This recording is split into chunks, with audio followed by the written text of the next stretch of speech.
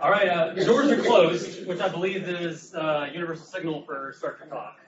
Oh.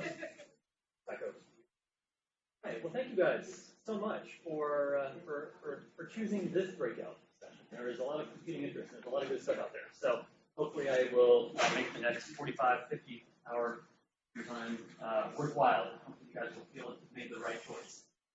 So in terms of what we'll talk about today, let me start with a little overview to set the expectations. I'll do a quick introduction of myself, talk a little bit about my background, some starting assumptions for this session, and the role of AI in the broader organizational strategy.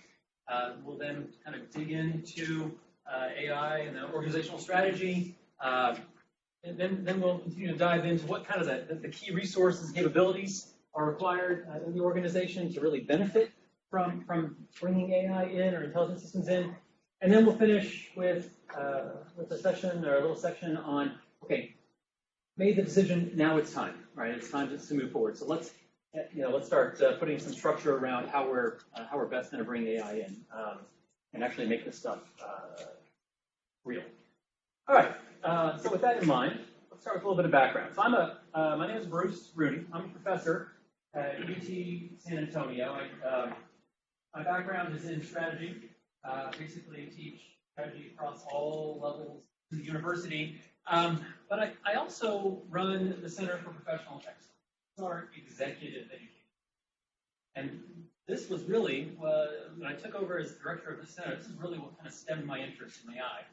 So those of you who are familiar with San Antonio know that organizations down there, USAA, Valero, we have a huge military presence. And when I took over the center, the phone was ringing off the hook. It was the easiest job in the world.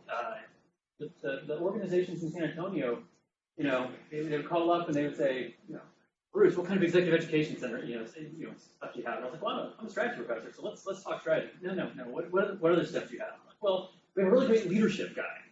He's really, really good. No, not so much. What about ethics? No, don't want ethics. Do you have any data analytics? Do you have any AI? Do you have any machine learning? And literally, this subject keeps our center going. We might as well have our CPE embedded in USAA. Because with 23,000 employees, we end up doing so much training at USAA on this very subject. And this is ultimately what drove me to research this space, right? Really understand what's happening here. So prior to going back for my advanced degrees, I worked in the energy industry. My claim to fame is that I worked for this company. So I was with Enron from 95 through 2000. The running joke is I'm not allowed to teach accounting. I'm certainly not allowed to teach ethics. But Enron's known for all the wrong reasons. But there's actually a lot that Enron did right. It gets covered up in all of the unethical and off-balance sheet issues. But really, for the 5 or 6 years that I was there, I was dealing with data. I was on the trading desk. I did a ton on in the natural gas trading, electricity trading. Opened up the office in Sydney for electricity trading down there when that became deregulated. And then I was on the inaugural bandwidth trading desk as well, back when we thought bandwidth was going to be the future of Enron. And the one thing that held all this together was that Enron was a data-driven company.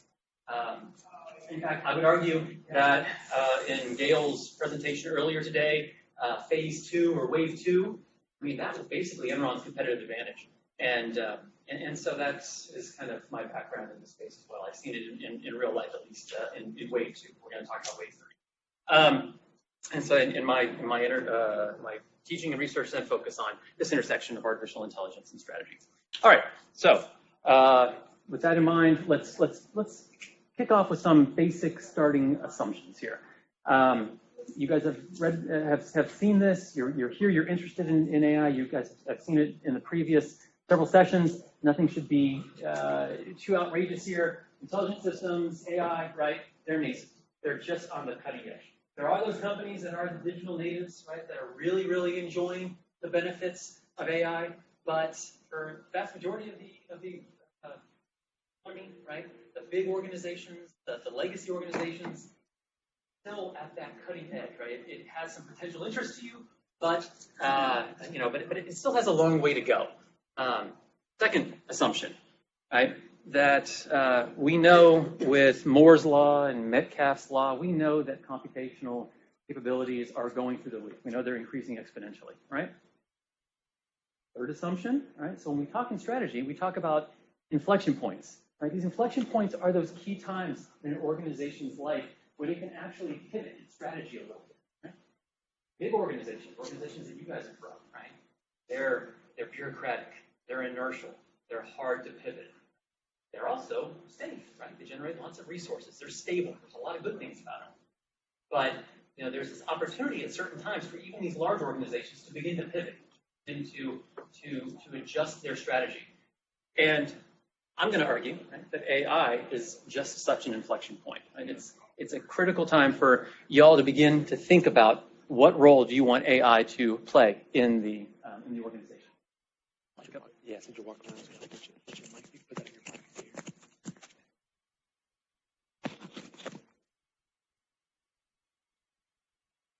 Yep, awesome. I'm moving around too much. All right. So, third assumption is that we are at this key inflection point, and that it really does matter, right? We're at the point now where it really does matter for y'all to start thinking about the role AI, can and will play in the future of your organization. All right. So if you buy these three assumptions, right, then there's a couple of predictions that naturally flow from this. One is that in the next 1 to 2 years, right, you have this critical window for beginning to think about how to bring AI into the organization, right?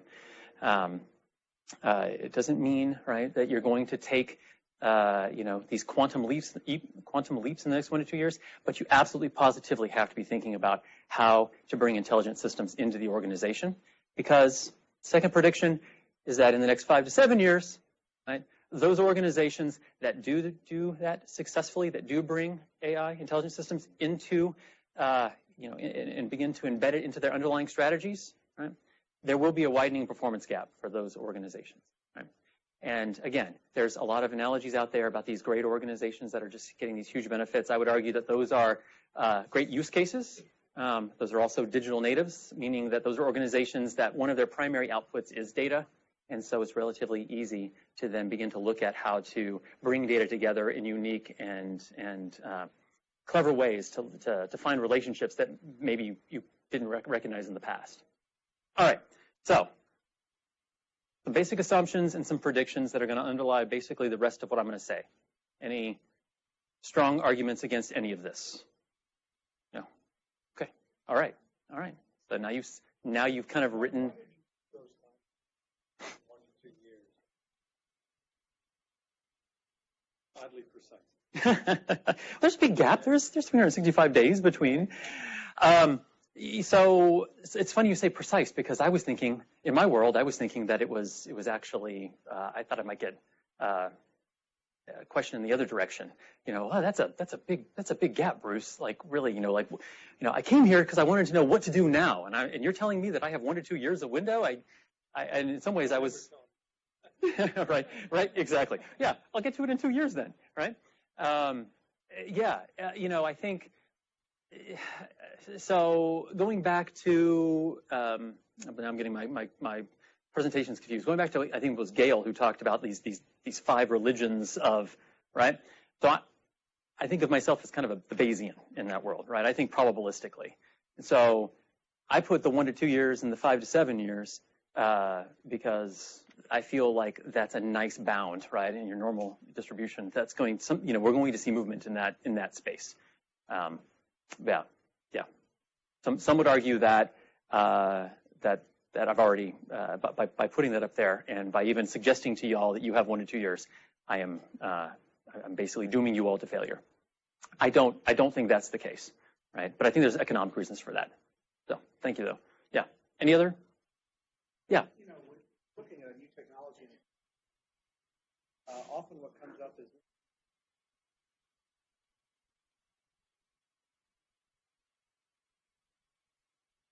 that fits nicely into one. Disrupting the whole organization. It's just right. Sort of consistent. Well, and that's where we're going to end up at the end of this presentation, right? Is when we talk about implementation, how best to implement, right? And that what you're talking about is exactly one of the so a lot of what I do in the strategy area is I do organizational change, right? And we know from organizational change that small, quick wins, right? Low-hanging fruit, especially with big organizations where you have to, where you know there's a bias to status quo, right? There's a bias to, hey, this is my job, this is what I do. The need to build momentum and inertia in this space starts with those quick wins. And what I find, maybe this is my imagination, but companies that went through, those guys are some of the best salesmen. They cause more pain. Yep. But the problem is you couldn't have a small experiment. You had to go That's through right. the entire organization. Yeah. So that was in the back of my mind. I think that was part of my concern with presenting this. Yeah. What kind of pain are we talking about to evaluate? Well, and I think to your point, that's exactly why, you know, let's be clear. One of the things I'm not saying here is that there's such a thing as an AI strategy, right? The organization has its strategy. AI is an augmenter of that strategy. That's what we're talking about. There's no, oh my goodness, right? You know, I need to completely revolutionize my strategy. No, that's not the case, right? So to that end, right, there are, I think, opportunities for quick wins, little hits, low-hanging fruit, and hopefully we'll kind of get through some of that. Yeah. Yeah. Any other thoughts, comments? All right. So I teach predominantly in the executive education space, and I hate to hear myself talk. So this is where I basically ask you guys to become participants in the journey from this point forward. So with that in mind, you know, in your little brochures or whatever, piece of paper, take a few minutes, right, and just write down your organization strategy, okay? And just so we're all on the same page here, right? Let's just follow Michael Porter in the world of strategy, right? So he talks about strategy from the perspective of what does the company do? What does your company do, right, to create value for itself, right? What unique and different positions does it take to carve out opportunities for itself? So if you would, just doesn't have to be a treatise on your strategy. It can be a sentence, high level. I'll give you a few minutes to do that. And as you're doing that, right, my second request is that you, based on what you've heard today, this morning, and your existing knowledge of intelligent systems, right, think about that definition that you gave, or of your organization strategy, and write down how you believe intelligent systems are going to influence that strategy, right? Influence, impact, change.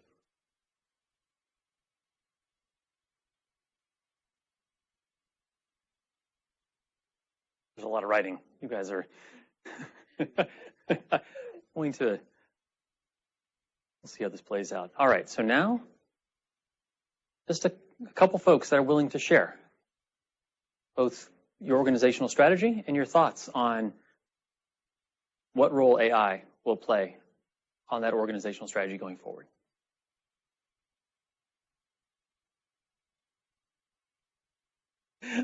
So it's pervasive. Yes. Yeah. All right. So AI, exceptionally pervasive. Anyone else? Yeah.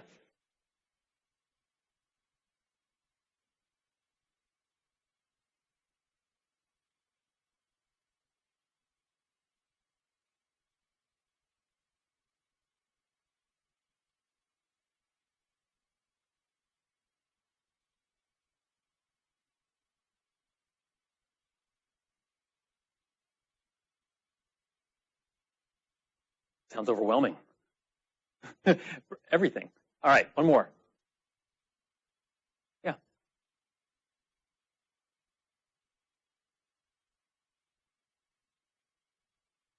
Hiring.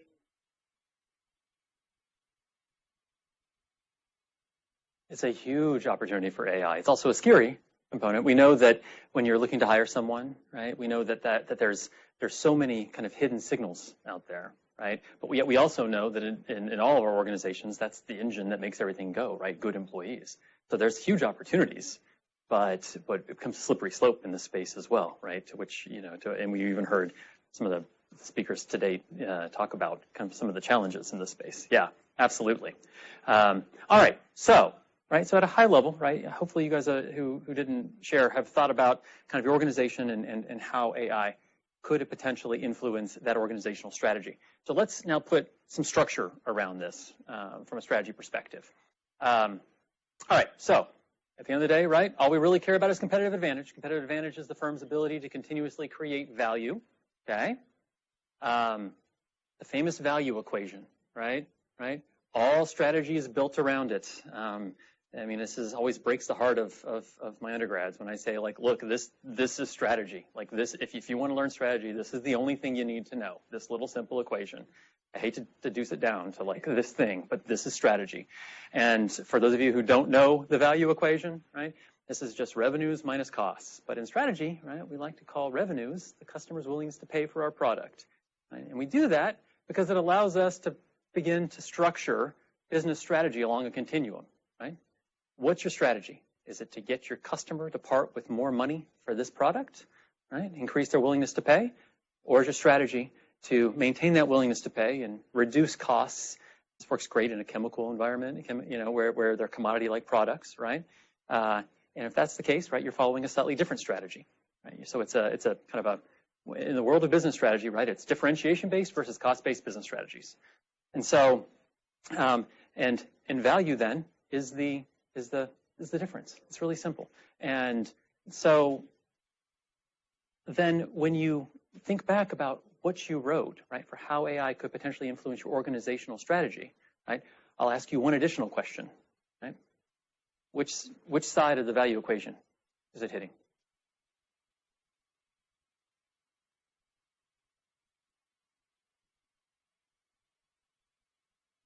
Sure. Because there's some companies that are so Stitch Fix. It's by predicting what people will want, how you buy. So the willingness to pay versus cost, look at it through make any sense? So we're going to actually, Stitch Fix is one of my examples, about 4 slides in. I would argue that Stitch Fix is increasing willingness to buy, or increasing willingness to pay.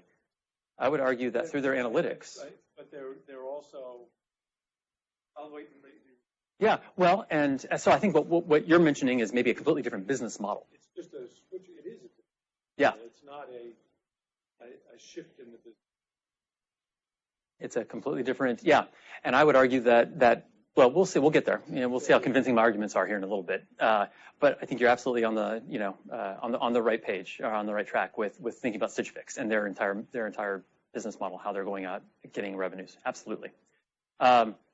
Anybody else? Any other comments? Yeah. Yeah, so we're also a chemical company, specialty chemicals company, and the strategy is to develop differentiated products that give us a competitive advantage. So definitely the customer's willingness. Okay. All right. Excellent. All right. Sorry, I didn't mean to commoditize your brand in my previous comment. All right. So you see AI hitting that side of the equation. If that's your strategy, is that, yeah? Okay. All right. Anyone else? Yeah.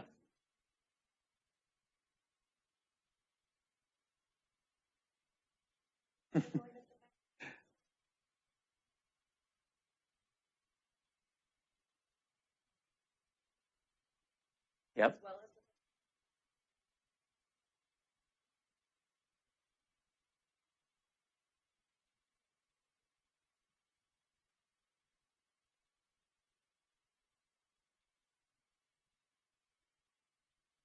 So potentially, in a way, right? In that example, there's potentially you're hitting both sides of the equation. Yeah, absolutely. Yeah, you kind of stole my punchline, but okay. But everyone's 4 slides ahead. Maybe I should just start clicking through. All right. Okay. All right. So let's distill this down to both sides of the equation, and then get to my punchline. All All right, so on the cost side, we know AI hits the cost side, right? It hits the cost side in a variety of different ways, up and down the value chain. You've heard Martin and Gail talk about it earlier today. You guys have probably seen it in your own organizations, right? Everything from using intelligent systems to reduce energy costs, right? I'll throw out my favorite examples for all of these points. So DeepMind going into Google's data centers, right? Optimizing and reducing their cooling costs by 40%, right? That's a real and substantial savings. That's a nice cost savings. We like that, right? That's good. Right now, Google's like, dang, that was like the best acquisition ever, right? Optimizing yields, right? This is the other side we see on the cost side, right? I was just up in the Okanagan wine country of Canada, right? This beautiful place, really lovely. And I'm at this winery, and they've got sensors everywhere. I'm like, what are you guys doing? And they're like, well, you know, we're capturing ambient temperature, we're relative humidity, hours of sunlight, soil porosity, and I'm like, well, okay, so you know, that's cool, that's really awesome, right? To what end? Like, oh, well, now we're able to harvest, right, to within, you know, hours of the optimal time for each of these grapes to get the best taste out of the grapes, right? So they're actually capturing microclimate changes within the vineyard rows at these vineyards. It's absolutely fantastic, and it's amazing, right? So optimizing yields. This is the part that we're all scared to death of, right? The computers are going to take my job, right? So automating these labor-intensive practices.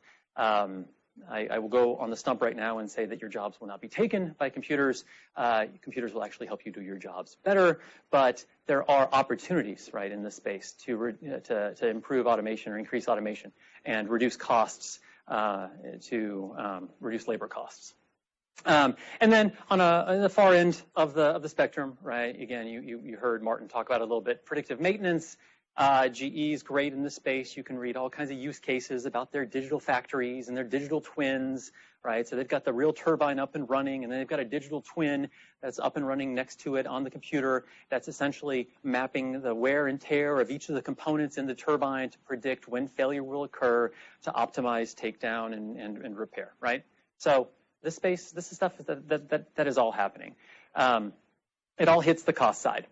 So Matthew Evans at Airbus says, what the system does is essentially look at problems descriptions, taking in all of the contextual information, and then matches that with the description of the issue itself, and gives the person on the floor an immediate recommendation. The problem might be new to them, but in fact, we've seen something very similar in the production line the weekend before, or on a different shift, or in a different section of the line. That has allowed us to shorten the amount of time it takes to deal with disruptions by more than a third, right? We hear this and we're like, oh, this is the coolest thing ever, right? This is exactly what AI should do, right?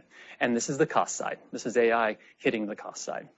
All right, but, right, we know that there's the revenue side. There's the willingness to pay side as well. And we know that AI, at least from y'all's examples at least, that AI also hits that side of the equation. So pricing applications, right? This is big, right? This is Uber and Lyft's on-demand pricing, right?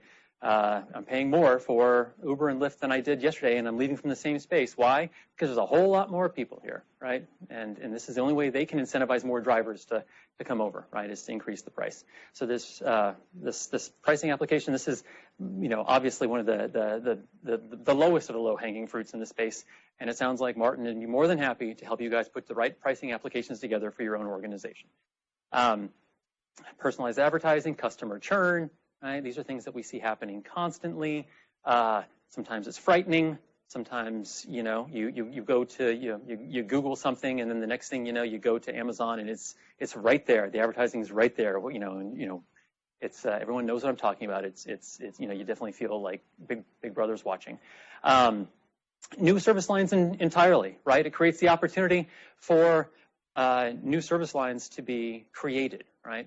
So an example of this is Apple, right? Apple moving into Apple Pay. Alibaba moving into Alipay, right? So in what world does a hardware company create and have a financial institution, a financial component, right? Well, when you understand everything about the individual that has that phone, that has those products, and then all of a sudden right? Now they can map and design credit to your particular, purchasing habits and whatnot, right? This is the kind of the new service lines that we see popping up. And then finally, right, entirely new business lines. So to your comment about Stitch Fix, right? So there's some folks up in Toronto, a really nice book, Prediction Machines, if you guys have read it, right? Ajay Agrawal and his colleagues up at Rotman. His whole argument is that Amazon, right? It's just a matter of time before Amazon moves. So currently they're in the shop and then ship business. But as they learn more and more about us, right, they'll get to the ship then shop, right? Which is exactly what I would argue Stitch Fix does, right? Stitch Fix learns enough about each and every one of its customers that it can then predict what they will like and sends them the assortment, and they send back, right, what they don't want. So this is entirely new business models created through AI. I would still argue that it hits the revenue side of the equation, right? But there are costs associated with this as well. So examples on the willingness to pay side of the equation. Any thoughts or comments on either cost or revenue side? Well then, that leads to my final question, which is, right, on which side should you focus, right?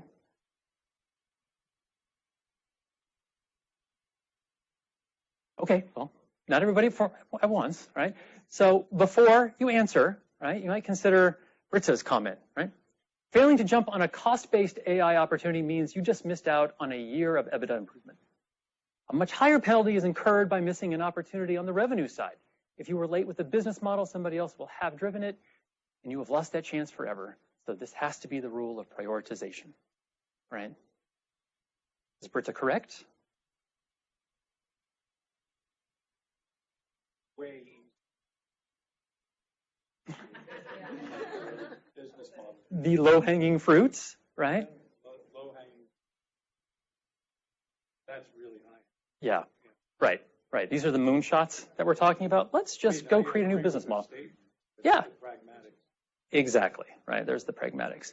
Which, so, and I'm not trying to argue against this, right? We should all focus on this. This should all be our ideal outcome, right? Let's think about how intelligent systems might actually re-engineer the business models in our organizations and in our industry. That should be the goal to which we move towards, right? But, right, we're all in organizations, right? We're in organizations that have all kinds of challenges of bureaucracy, of inertia, of culture, of politics, right? So you have to figure out a way to bring in AI in a way that actually makes sense today, right? And it may not mean retooling the entire business model to actually to actually create this advantage.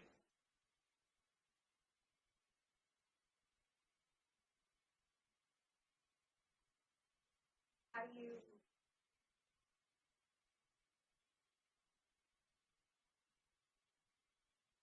reward it?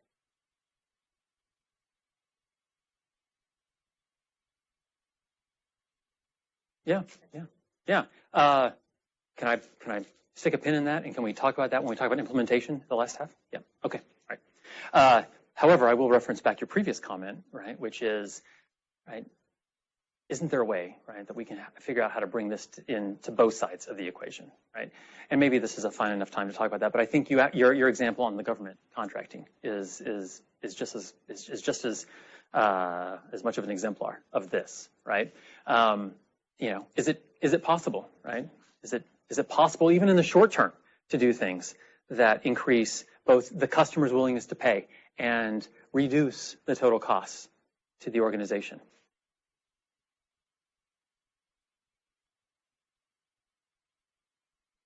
Is so simple. A equals, and so you can move any of those around, and as long as you follow PEMDAS, it's still equal. So when you mess with one of them, you are inherently messing with the others. So if my company decides that we're going to use AI to improve or explore a new research method that is both more accurate and more cost-effective in the long term, despite needing to train somebody in the short term in that new method, we've created new value because nobody else has that. Mm-hmm. And at the same time, by creating that new value, our customer is likely to pay more for it. And over the long term, it's likely going to cost us less. And we just did that one thing. Yeah. So they're all related. They are. You added an extra variable in there of time, right? You said over time, right? There'll be a cost up front, and then over time, we'll have more value, Well, right? Unfortunately, I don't think you 30 seconds to talk about it. I don't disagree. Whether or not it's written. I don't disagree. I absolutely agree with what you said. I would argue that the pressures on organizations to meet quarterly numbers, right, put a tremendous amount of pressure on the short term, making long-term planning, right, the willingness to pay piece, unless that is your business model, it takes a unique type of leader, right, to have the confidence and the persistence to follow through for a longer term strategy when you consider the pressures that organizations are under to meet quarterly numbers. So, right, in a perfect world, in a perfect world, we want leaders to both think short term and long term, right? To do the things in the short term that they can benefit from on the cost side, to do things in the long term that are going to create that competitive advantage, potentially on the willingness to pay or some sort of differentiation component. So I don't disagree with what you're saying, right? It's easy it's very easy for me to show a simple equation and say that strategy comes down to this. All of y'all who run your own organizations, run divisions in organizations, know how ridiculous that statement is, right? That it's a simple equation, right? This doesn't happen in a silo. This doesn't happen in a vacuum, right? You can have the greatest strategy ever, and if you haven't communicated effectively and convinced the right stakeholders, it really doesn't matter, right? It does not matter. That's why I keep talking to USAA, and I'm like, you need more stuff on leadership, right? You need to be able to communicate this. AI is great. It's a really great tool, right? But if you start unfolding this into the organization without the right cultural teams that are going to go out and explain to all the people that are going to be impacted by this what it means, right? It's another CRM implementation, right? It is the same experience, right? So just a couple of examples, right? Amex. So they use AI for fraud detection, which is able to deliver both customer value and internal business benefits, right? By learning about customer context, right? Those great little phones that tell the companies exactly where we are at all times. Amex is able to not send us these needless alerts, which theoretically increases our customer satisfaction, which potentially could increase our willingness to pay for that product, right? But at the same time, reduces their internal costs of fraud, right? This morning, What are you doing in Raleigh? what was I doing in Georgia? Oh, okay. So it was fraudulent. I texted him right before I was getting ready to. So they thought you were in Georgia, even though you were here? No, the fraudulent. I see. Okay. But your credit card number has been. Yeah. And it is super convenient until it's not. So, our big trip a couple summers ago was to go up to Alaska. I live in Austin, Texas. I'm in Alaska. I'm just at a brewery. I just want a beer, right? And I give them the card, and my wife controls all of our finances, which is, why I'm able to live my life, right? And I, slide my card across, and I get it's declined, and then I get a call from my wife saying, "Are you at a brewery?" And and I'm like, yeah, but you and I are both in Anchorage. Like I told you, I was going to the brewery, right? And exactly, right? Yeah. Well, I will approve your purchase. I'm like, well, thank you, sweetie. That's great. So it's convenient until it's not, right? But from Amex's perspective, right, it does hit both sides of the equation. P&G, right? They utilize AI-based bots for customer service payment processing, reducing costs. Okay. But they also use machine learning to optimize marketing spend and trade promotions, which increases the willingness to pay. So just two examples, right? These are companies that are experimenting and they're proof, right, that you can get to both sides of the equation. All right. Any comments, questions on this before I jump into the next section on resources and capabilities? We're doing on time. Oh, okay. All right. We're going to go quick, the resources and capabilities, because you guys have already seen a lot of this, and then I'll try to make sure I give you at least the last 10 minutes on implementation. Please continue to ask questions as we're going along, because at this rate, there probably will be no time for Q&A at the very end. All right, so resources, key organizational resources. You guys know all this. You've seen all this, right? Not surprisingly, that when you want to bring AI in, you need data, right?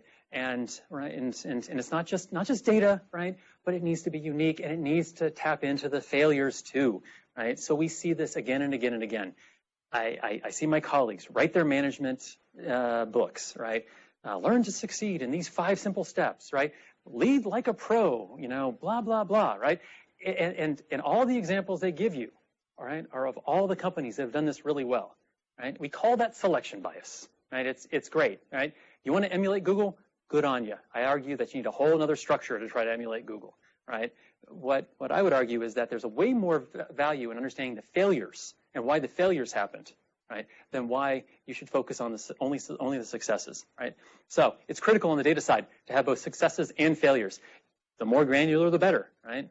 We want data that taps in at the individual, at the team, at the task level, right? We want granular data. Orthogonal, right? We really like orthogonal data. Orthogonal allows us to get data from different data sets, from different types of data that will then create more robust predictions. So at Enron, one of the big things that that the company was trying to do was deregulate retail electricity, right? And so when you're trying to deregulate and trying to sell electricity to like apartment complexes, you have to be able to predict how much electricity that apartment complex is using, right? And so that apartment complex and individuals, it's just, those folks aren't going to give you that information. But yet we know that we need to be able to buy the megawatt hours to be able to supply. We want to do that on the most cost-effective basis. So what do? Right? We're looking at other orthogonal data to help us kind of create a more robust picture of what the electricity usage was in those apartment complexes. So with orthogonal data, a lot of the orthogonal data you'll hear about nowadays is data coming from chats, right? Data coming from videos. What else? I think a lot of the times we think about just kind of facilities, kind of production data, but there's much more kind of soft data that's out there, right? The trick is to figure out how to create it into a usable product. It needs to be clean and accurate. Yes, we know. And in a perfect world, right, we want it to be NoSQL, right? So this is unstructured, right, but not non-flat. All right, so this is the key, right? We like unstructured data, especially when you start looking at products like ClickView and those kind of AI programs that can take in different types of data, the orthogonal data, but have some sort of can identify some sort of relationship between the data points. So that's the data piece, right? We know we need human resources as well. We know we need those data scientists and analytics experts. They're really hard to find and they're really expensive. I would argue, though, and again, as a strategy professor that focuses a whole lot more on implementation, I would argue that this is also a key resource, right? The business translator, right? So this is the individual that has a deep understanding of a specific domain, but understands analytics well enough to be able to communicate with the data scientist, right? This is that individual that understands your business, understands your strategy, understands what you're trying to accomplish, and can communicate it to the analytics experts well enough to actually get some usable product out of these prediction machines. All right, on the capability side, not surprisingly, right, you need the ability to take flat data and make it usable. By some estimates, 90% of manufacturing data is flat, meaning that it's literally just, we had a defect and that's it. That we don't know why, it's not related to anything, and we don't even have time and date, right? It's just flat data. It's just a defect, point in time, right? So the ability of organizations, especially y'all's large organizations, to take all that flat data, right, and begin to make it usable, that will be a huge capability going forward in this space. Systems thinking, right? We call this T people in organizations, right? So historically, we were rewarded for being I people, people that have a deep, deep knowledge of our specific functional area, right? If you wanted to know anything about accounting, you got to go talk to that person. That person knows everything about accounting, and they've got a memory like an elephant. They'll remember what happened with that account from 4 years ago, right? Well, that person is the kind of person that gets automated away in this future world, right? What's needed are what we call T people, people that have holistic perspectives across the entire value chain and deep knowledge in a particular area, right? These are also those business translators, right? But I would argue that organizations that promote a systems thinking approach, right, those are the organizations that are more likely to have these types of people in place. Agility and prototyping, not surprisingly, that's what we need. We need cross-functional teams. Who doesn't need cross-functional teamwork, right? These are things that happen in all organizations. We want to get the information out of the silos and across the entire organization. And arguably, right, the most important thing to make this work is a culture that's open to some sort of human and machine collaboration. It will be a challenge, right? We'll talk about this in greater detail in the implementation piece. Okay, so moving quickly. Julie Schiffman at Pfizer says, great projects start when analytics experts sit down with colleagues who have deep business domain experience and good data is brought into the equation that they can review together, right? That's my argument. That's my support for my argument, again, for the combination of the business translator and the analytics person, this T person in terms of the capabilities. All right, so we've talked strategy, we've talked key resources and capabilities. Now let's finish off in the last 5 minutes with implementation. So this is, we've made the move. We're going to bring AI in. What does it look like? So to put some structure around this, let's talk about the technical challenges associated with data, with process, with algorithms. The business side, right? This is y'all's life. This is the managing of people, the culture, the process. And then let's finish off with maybe a 5-step plan to integrate this into your job, right? Every HBR article always ends with, hey, just do these 5 steps and you're on your way to success, right? I use bullet points, but you guys can prioritize as you see fit. All right, so on the technical side, from Jacob Spolstra, a mistake we often see is that organizations don't have the historical data required for algorithms to extract robust predictions. For example, they'll bring us in to build a predictive maintenance solution for them, and then we'll find out that there are very few, if any, recorded failures. They expect AI to predict when there will be failure, even though there are no examples to learn from, right? So the technical side, it's one thing to have data, you have to have the right kind of data. When you're looking to bring AI in, right, start with the business case. What are you trying to accomplish, right? We're not trying to revolutionize the business model here, okay? It's especially in these large organizations that you guys are all members of, right? That's not why they sent y'all here to hear about this stuff.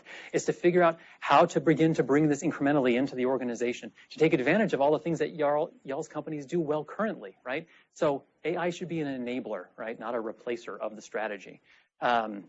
So start with a clearly defined business case, right? Take stock of where AI is happening, right? Don't operate in a vacuum. That whole cross-functional team thing I was talking about, that's important, right? Understand where AI is occurring, right?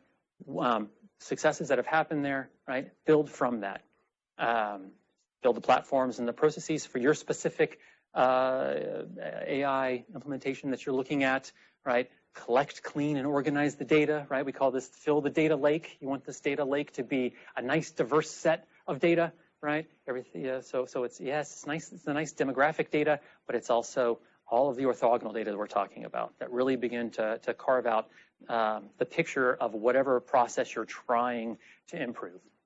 And then, not surprisingly, right? We know data security, and it's easy to talk about data security from the threat of the cyber attack.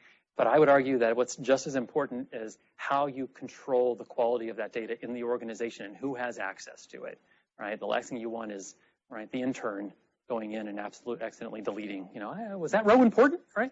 So, all right, so that's the technical side. On the business side, consider Julie's comment from MIT. What people don't talk about is the integration problem. Even if you can develop the systems to do very focused individual tasks for what people are doing today, as long as you can't entirely remove the person from the process, you have a new problem that arises, which is coordinating the work of or even communication between people and these AI systems. And that interaction problem is still a very difficult problem for us, and it's currently unsolved.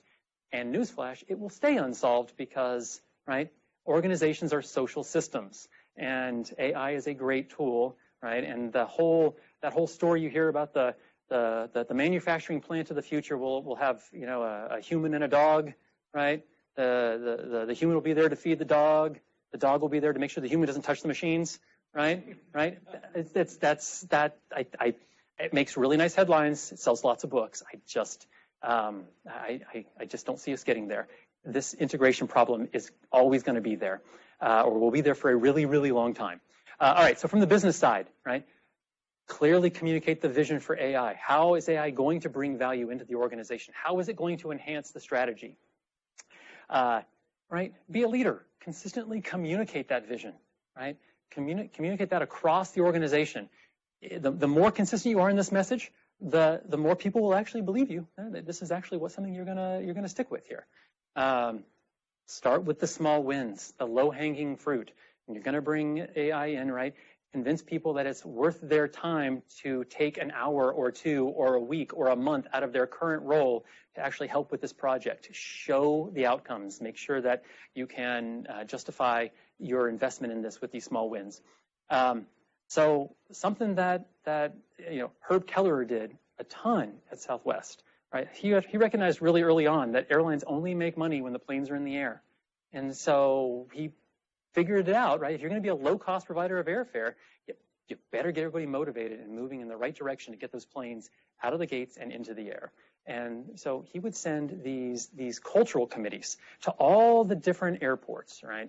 And just to remind them what it meant to be a Southwest employee. There's no reason why you can't create your AI cultural teams, right? That can go through the organization and evangelize, right? This is what AI does. It actually can work to reaffirm the leadership's vision of the role of AI, right? And figure out how to continue to upskill the employees, right? The employees have tons of knowledge and value in the organization, right?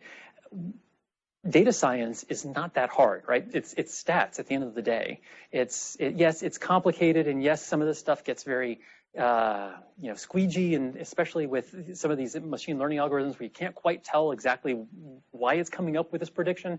But at the end of the day, there's a high-level structure that all employees can understand. This is one of the things that we do with USAA a ton. It's bringing these folks in to our center or going and delivering custom on-site programs there to give them the tools of data analytics so that they can then use the dashboards, the outcomes from these dashboards to make more informed decisions. All right, so that's the business side.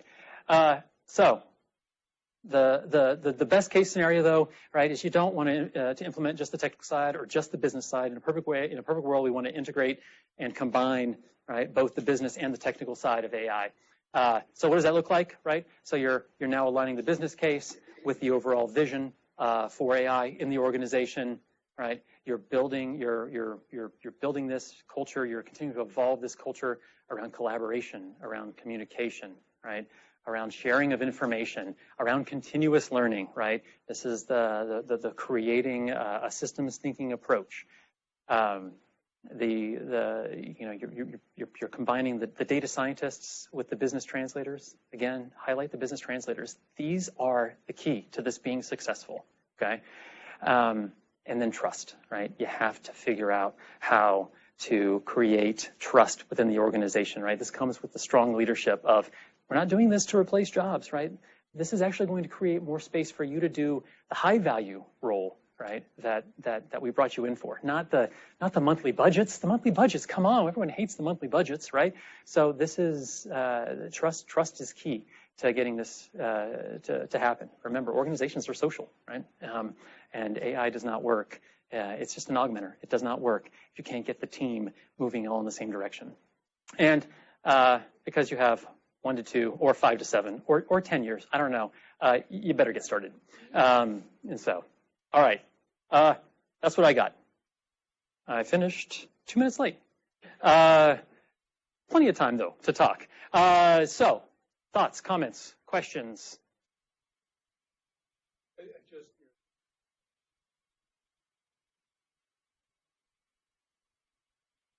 Right. Yeah.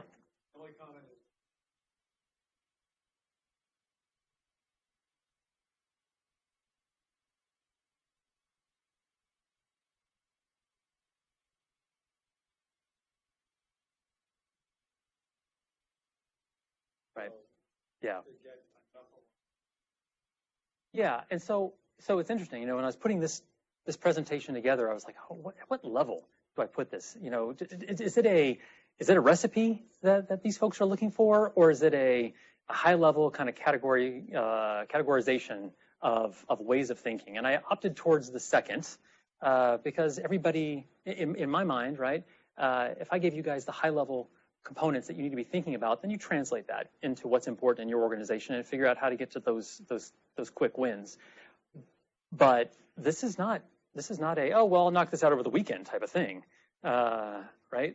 This is big. And some of these things rely on bigger organizational cultural challenges that may not exist in your organization. Everyone loves to talk about, I mean, I was literally just at Genentech, right? Genentech's going through this giant reorg, right? They want to be Google. They're going to move towards mission teams, okay? So in theory, right, you draw it up and you're like, I don't see how this can't succeed, right? Then you realize that if you spend any time at Google, right, there's a culture of information sharing there that allows mission teams to be really successful. There's walled gardens at Genentech where people have their information and they hold on to their information, right? So, right, there's lots of great strategy jargon. Oh, structure follows strategy, right? Just have the right strategy and you can organize your structure. Well, guess what? People don't like to be reorganized. Right? People don't like that. But you have to start somewhere. Yeah.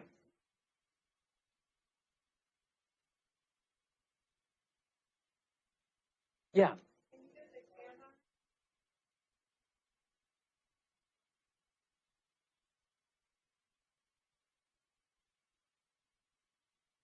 So with NoSQL, right, all I'm doing is borrowing from the prevailing knowledge in the space that, you know, NoSQL represents a data structure that is not non-flat, right? So it's relational, but it's unstructured, meaning that it's data coming from different sources that can then be combined in new and novel ways. So data coming from chat, so NoSQL would be the unstructured component of that, right? no sequel doesn't mean no Yeah. sequel. Okay. Not only sequel. Oh, Okay, thank I'm you. sorry. Yes, I wasn't saying no SQL. I would have put a space between the no and the SQL at that point. Okay. I'm talking about not only SQL, right? It's a type of data structure, right? That's non-flat, but also unstructured. Allows you to generate better data insights. Definitely non-flat. Okay. Yes, definitely non-flat. If there's time, I wanted to ask if you had any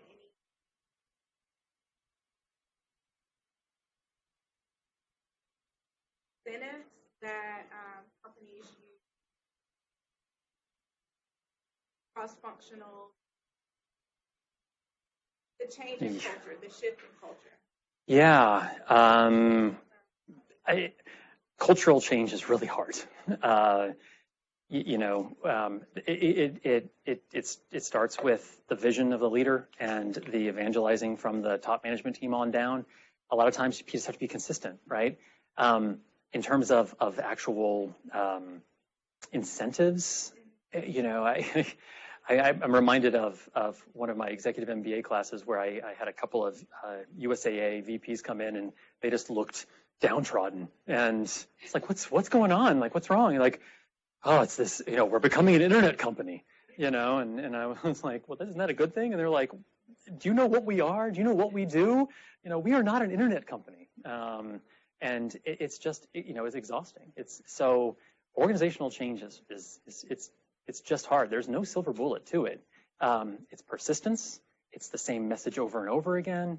It's somehow managing the short term to continue to benefit on the short term so that you don't, the leadership doesn't get removed before the long-term benefits of the change can be enacted. And you can pick your favorite organizational change structure, right? There's a ton out there. Just follow these 8 steps. It's a 5-year process, 7-year process, and there's usually backsliding along the way. Yeah. So, yeah. Oh, okay. Last question.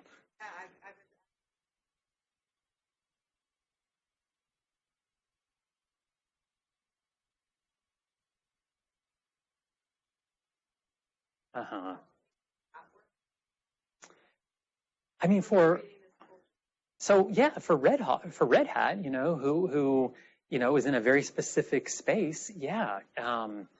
But yeah, I mean, would that culture work in your organization? I mean, theoretically, it could if it also manages to meet the day-to-day expectations of producing the widget or generating the chemical or whatever. I mean, we talk about organizations as being inertial, right? We talk about administrative heritage, like that's kind of the classic term, right? So an organization's culture is how it goes about solving problems, right? That's the most general definition of a culture.